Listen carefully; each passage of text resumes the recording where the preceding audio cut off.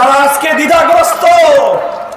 তারা দিনের আলোতে বলে গণভোটে হা বাক্সে সিল মারবা, রাতের অন্ধকারে আবার বলে না বাক্সে সিল মারবা।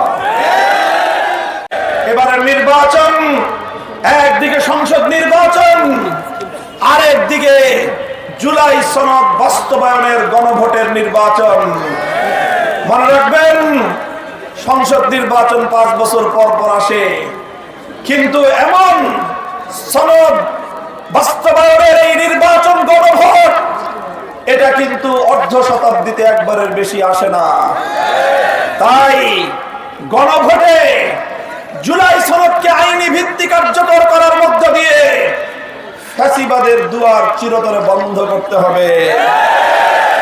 যারা ফ্যাসিবাদী বন্দোবস্ত ধ্বংস করতে চায় না, বরং আবার ফ্যাসিবাদকে ফিরিয়ে আনতে চায়, তারা আজকে দ্বিধান্বিত, তারা আজকে দ্বিধাগ্রস্ত।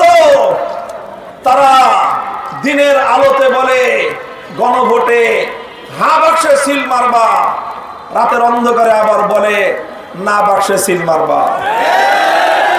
আমি আপনাদেরকে জিজ্ঞাসা করি, যারা প্রকাশ্যে এক কথা বলে আবার গোপনে আরেক কথা বলে, আপনাদের দেশে তাদেরকে কি বলা হয়?